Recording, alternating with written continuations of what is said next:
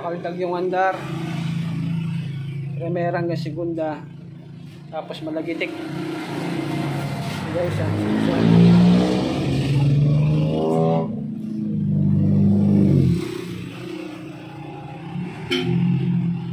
okay.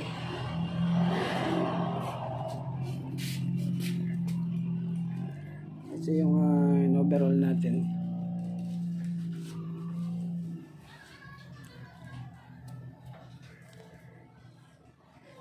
Palit ako ng signal bearing right side.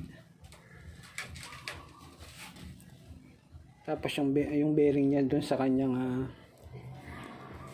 clutch housing, guys. Yung sa loob, yung saan yung nakalagay yung starter gear. Palit din yun, pati yung second gear.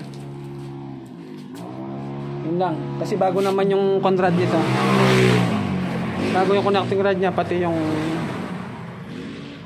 signal bearing niya dito sa kanyang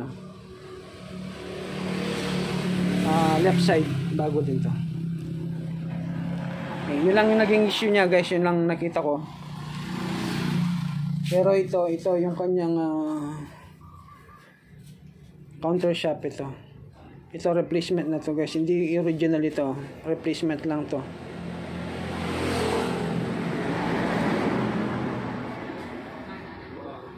Okay, tingnan natin kung matatanggal na yung kaldag ng andar niya, yung garalgal.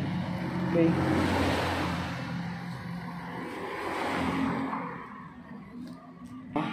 Okay guys, yan guys, nabuo ko na, no.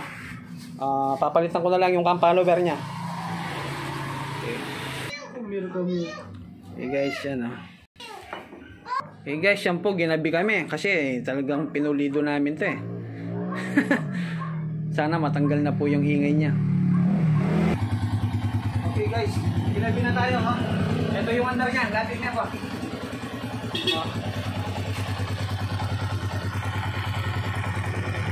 Guys, ayan. Ayan po yung andar niya. Dati dito, pag malamig daw kaya andar niya, may mararamdaman kang maingay. Tapos pag uminit na, medyo mababawasan, pero mas malakas yung ingay kapag malamig daw. Okay, nawala na. Madami tayong pinalitan, mga idol. Okay, dito ko natatapusin yung ating video.